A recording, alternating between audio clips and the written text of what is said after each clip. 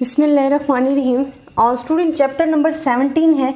ये भी हमारे पास बड़ा ही इंपॉर्टेंट टॉपिक होता है जिसमें हम डिस्कस करेंगे कि एक्सेप्टेंस रीजन क्या होता है, रिजेक्शन रीजन क्या होता है।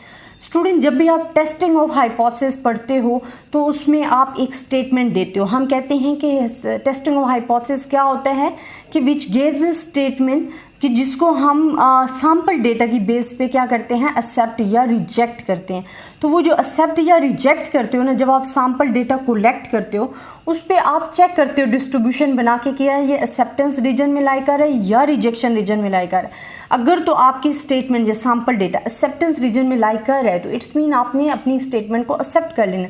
अगर वो रिजेक्शन रीजन पे लाई कर रहा है तो आपने उसे रिजेक्ट कर देना। अब सबसे पहले तो हमें ये पता हो ना कि एक्सेप्टेंस और रिजेक्शन रीजन बेसिकली होता क्या है। स्टूडेंट आप डिस्ट्रीब्यूशंस बनाते हो जो हमारे पास कहलाती हैं नॉर्मेलिटी की डिस्ट्रीब्यूशन, ये नॉर्मल डिस्ट्रीब्यूशंस होती हैं। अब अगर टू टेल टेस्ट है, टू टेल टेस्ट मीन क्या होता है, अगर क्रिटिकल रीजन लाई कर रहा है बोथ साइड पे तो उसको हम कहते हैं ये टू टेल टेस्ट है। जैसे कि अब यहाँ पे जो हमारे पास क्रिटिकल रीजन लाई कर रहा है, रिजेक्शन रीजन जो लाई कर रहा है वो बोथ साइड पे लाई कर रहा है, तो ये हमारे पास रिजेक्शन रीजन भी कहला रहा होता है और क्रिटिकल रीजन भी कहला रहा होता है। और अगर आपके पास ये दो साइडेड पे लाई कर रहा है, टू साइडेड पे लाई कर रहा है, तो इसको हम कहते हैं टू टेल टेस्ट। इसको आप कहोगे टू साइडेड या आप कह सकते हो टू टेल टेस्ट।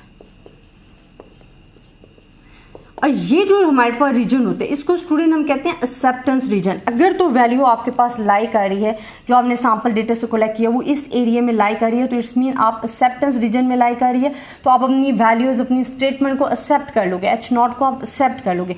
अगर आपके एक्सेप्टेंस रीजन की जो वैल्यू है वो रिजेक्शन रीजन में लाई कर रही है तो इट्स मीन आप एक्सेप्ट नहीं कर सकते, आप अपनी वैल्यू को क्या कर देते हो, रिजेक्ट कर देते हो। तो ये हमारे पास एक्सेप्टेंस और रिजेक्शन रीजन होता है। अब स्टूडेंट H0 जो होता है, मैंने आपको पहले भी बताया है अपने प्रीवियस लेक्चर्स में कि हमारे पास दो हाइपोथेसिस होते हैं, एक H0 होता है, एक H1 हम अल्टरनेटिव कह रहे होते हैं, या अब इसको स्टूडेंट से HA से भी शो कर रहे होते हैं। अब स्टूडेंट H0 जो होता है वो हमारे पास क्या होता है, जो आपको स्टेटमेंट ट्रू लग रही है ना टेस्टिंग ऑफ हाइपोथेसिस में, जो आप कहते हो कि हमने एक्सेप्ट करनी है स्टेटमेंट, वो आप हमेशा लिखते हो H0 पे। अगर हमारे पास जो वैल्यू आई है वो लाई कर रही है एक्सेप्टेंस रीजन में, तो इट्स मीन कि H0 जो है आप उसको क्या कर लोगे, एक्सेप्ट कर लोगे, अगर वो एक्सेप्टेंस रीजन में लाई कर रही है H0 की वैल्यू।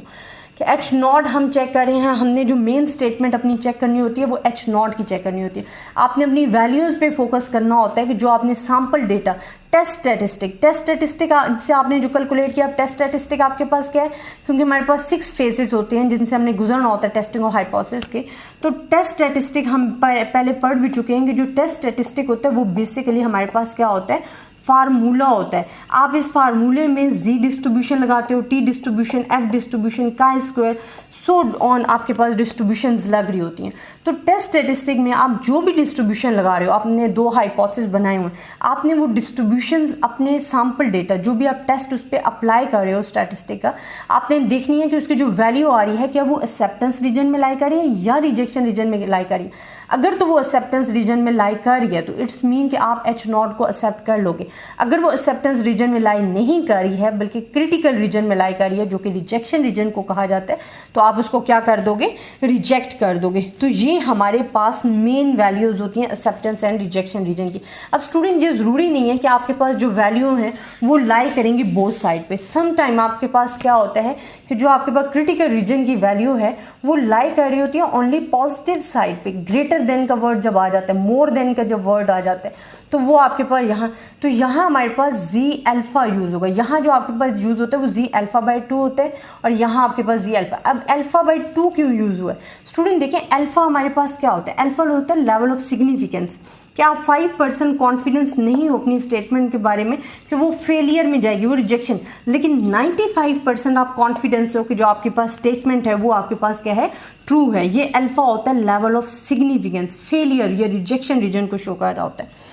अब स्टूडेंट यहाँ हमारे पास जो आ जाती है 5% वैल्यू और 95% वैल्यू, ये हमारे पास क्योंकि टू टेल टेस्ट है तो हम जी अल्फा बाई 2 लिख रहे होते हैं। यहाँ हमारे पास क्योंकि वन साइडेड, हम जब critical region lie only one sided, जब क्रिटिकल रीजन आपको वन साइड पे लाई करे that is called the one tail test. यहाँ टू टेल टेस्ट था, अब यहाँ इसको हम कहेंगे ये हमारे पास क्या है, वन टेल टेस्ट कहलाएगा। अब ये ज़रूरी नहीं है कि जो आपके पास वैल्यूज़ हैं वो हमेशा पॉजिटिव ही आएंगी, हो सकता है जो क्रिटिकल रीजन लाई करे वो आपका नेगेटिव साइड पे लाई करे। तो यहाँ आप लिखोगे -z अल्फ़ा, लेकिन आप लिखोगे -z अल्फ़ा ही लिखोगे। अल्फ़ा आपने क्यों लगाया? क्योंकि वन टेल टेस्ट है स्टूडेंट, अल्फ़ा/2 हमेशा टू टेल टेस्ट में नॉर्मेलिटी में लगेगा, अदरवाइज आप z अल्फ़ा लगाओगे। तो वन टेल टेस्ट में z alpha and -z alpha. कुछ स्टूडेंट्स क्या करते हैं, पेपर में सारी चीज़ें वो ठीक कर रहे होते हैं, लेकिन जब टेबल वैल्यू वो सिलेक्ट करते हैं तो अगर वन साइडेड भी हैं तो वो यहाँ अल्फ़ा/2 लगा देते हैं, जिससे आपकी टेबल वैल्यू आपके पास रॉन्ग आ जाती है।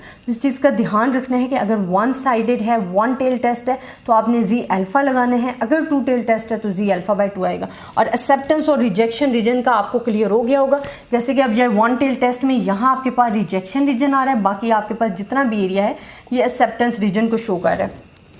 इसी तरह यहाँ आपके पास एक्सेप्टेंस रीजन है और ये जो एरिया आपका शो कर रहा है ये रिजेक्शन रीजन को शो कर रहा है। तो स्टूडेंट ये one tail test, two tail test क्या है, टेस्ट स्टेटिस्ट क्या है, एक्सेप्टेंस और रिजेक्शन रीजन क्या है, ये तमाम चीज़ें इस टॉपिक में क्लियर हो जाती हैं।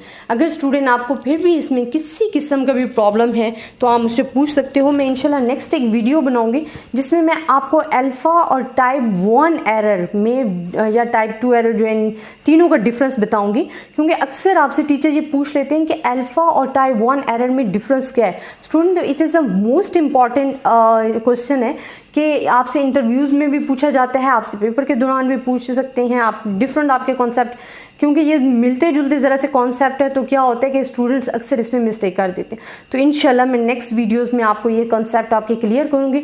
आई होप आपको वीडियो पसंद आई होगी। स्टूडेंट अगेन एंड अगेन आपको कहती हूँ, एक तो ज़्यादा से ज़्यादा स्टूडेंट्स के साथ शेयर करें ताकि सब स्टूडेंट इससे फ़ायदा उठा सकें। अपनी दुआओं में भी याद रखा करें, मेरी कोशिश होती है जो टॉपिक आप मुझे कहते हो मैं जल्द से जल्द आपको प्रोवाइड करूँ, लेकिन रूटीन बिजी होने की वजह से अगर लेट भी हो जाती हैं तो मेरी कोशिश होती है कि जब भी मुझे टाइम मिले जो टॉपिक आपने कहे हुए मैंने नोट डाउन किए हुए मैं उसको जल्द से जल्द वीडियो बना के आप लोगों के साथ शेयर कर सकूँ। अपनी दुआओं में याद रखिएगा। अल्लाह हाफ़िज़।